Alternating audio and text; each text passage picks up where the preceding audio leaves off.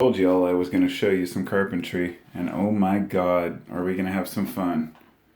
This is my bathroom. And yeah, I just removed these shelves. I've been filming every part of the process to share with people. I'm going to put in new trim, all new countertops, fixtures, all the different shit. And what I realized, it cracked me up, I had tile on here. I had tile right over my old countertop. I was trying to figure out why there was this lip here. And I was talking to my wife. I was like, I don't know what's there or why that's there. Yes, I had tiled right over an old laminate countertop.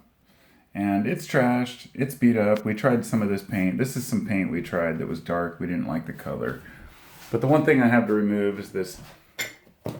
This is, for me, the Pink Floyd-esque / Twin Towers back of the toilet design, which kind of a dark side of the moon thing, dark towers.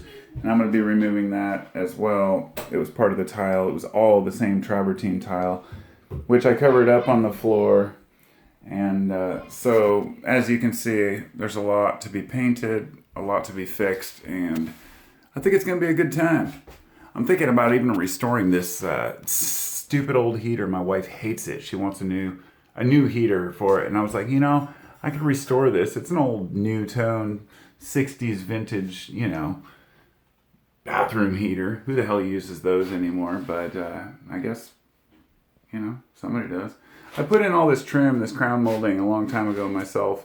It was all recycled from job sites, along with most of the trim in this room.